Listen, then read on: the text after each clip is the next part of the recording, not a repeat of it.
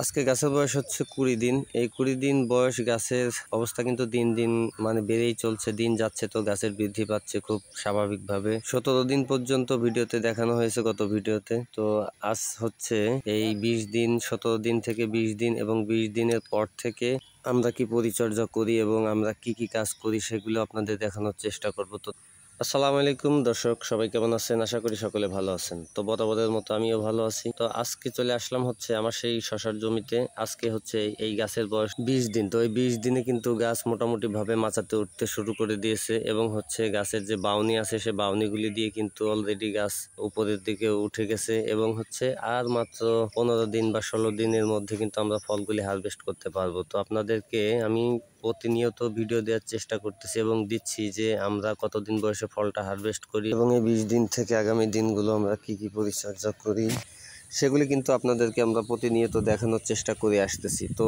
এর মধ্যেই কিন্তু গাছের অবস্থা বাড়ন্ত অবস্থা, এই অবস্থাতেই কিন্তু আমাদের গাছের মধ্যে হচ্ছে ছোট ছোট কড়াগুলি দেখতে পাচ্ছি আমরা। তবে এখন যে গাছটি দেখতে পাচ্ছেন এই গাছের বয়স কিন্তু আজকে 24 দিন। তো 24 দিনে কিন্তু আমরা গাছে ফুল জালি কিন্তু ম্যাক্সিমাম গাছেই দেখা যাচ্ছে এবং গাছ কিন্তু মাচায় উঠতে শুরু করছে দেখতে পাচ্ছেন। তবে এরই মাঝে কিন্তু কিছু গুরুত্বপূর্ণ পরিচর্যা আছে, তার মধ্যে অন্যতম হচ্ছে আমাদের শিডিউল স্প্রে। তবে শিডিউল স্প্রে বলতে যারা গাছের পাতা দেখে রোগ শনাক্ত করতে পারে তাদের কাছে শিডিউলের কোনো প্রশ্নই আসে না। আর যারা নতুন তাদের পক্ষে তো আসলে গাছের পাতা দেখে রোগ শনাক্ত করা সম্ভব না, তো যার কারণে তাদেরকে হচ্ছে শিডিউল স্প্রে মেনটেন করতে হবে।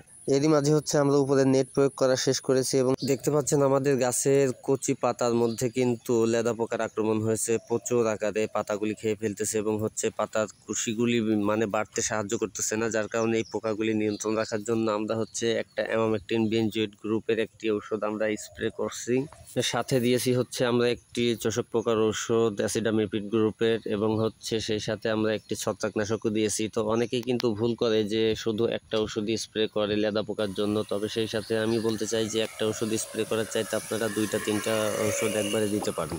তার কারণ হচ্ছে পোকা একটা তাড়াইতে গিয়ে কিন্তু অন্য পোকাগুলি আবার আক্রমণ করতে পারে। যেহেতু এই 20 দিনের পর থেকে গাছের যে হারে গ্রোথ বেড়ে যায়, তো সেক্ষেত্রে কিন্তু গাছের অবস্থার উপরে হচ্ছে পোকার এই চাপটা বেড়ে যায়। আসলে গাছের পাতাগুলি খুব সবুজ সতেজ থাকে, নরম থাকে, তো সেক্ষেত্রে কিন্তু পোকার আমদানিগুলিও আস্তে আস্তে বেড়ে যায়। তো সেই সাথে আপনারা অবশ্যই 2টা ওষুধ বা 3টা ওষুধ আপনারা স্প্রে করবেন।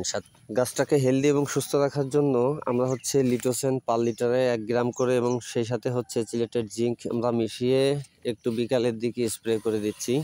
তো যার কারণে হচ্ছে গাছগুলি একটু সুন্দর সতেজ দেখা যাবে এবং হচ্ছে ফুল ফল তাড়াতাড়ি আসতে শুরু করবে। যদিও কিন্তু আজকে আমাদের গাছের বয়স 24 দিন। তো এই 24 দিন বয়সে কিন্তু আমরা অলরেডি ফুল এবং ফল 2টাই দেখতে পাচ্ছি। ফুল ফুটেছে এবং ফলের ফুলগুলিও কিন্তু দেখতে পাচ্ছেন যে ফুটেছে। সেই সাথে কিন্তু গাছগুলি কিন্তু উপর মাচাতে ওঠা শুরু করে দিয়েছে অলরেডি। তো গাছের গ্রোথ কিন্তু মাশাআল্লাহ খুব সুন্দর আছে। তো এই অবস্থাতে আমরা গাছের যে ডগাগুলি পড়ে যাচ্ছে সেই ডগাগুলি কিন্তু আমরা উপরের দিকে তুলে দিচ্ছি একটু হাত দিয়ে। আসলে অনেক ডগাই আছে যেগুলি উপরে উঠতে পারতেছে না, তো সেগুলি হচ্ছে একটু কষ্ট করে হাত দিয়ে তুলে দিতে হবে। আসলে পরিচর্যার মধ্যে এটাই হচ্ছে প্রধান পরিচর্যা। এটা কি জন্য বললাম? এই জন্য যে গাছের ডগাগুলি ওঠানোর সময় কিন্তু গাছের ডগা খুবই নরম থাকে, তো সেক্ষেত্রে কিন্তু ম্যাক্সিমাম ডগাগুলি ভেঙে যাওয়ার সম্ভাবনা থাকে। তো একটু কেয়ারফুল, ডগাগুলি সুন্দরভাবে উঠিয়ে দিবেন।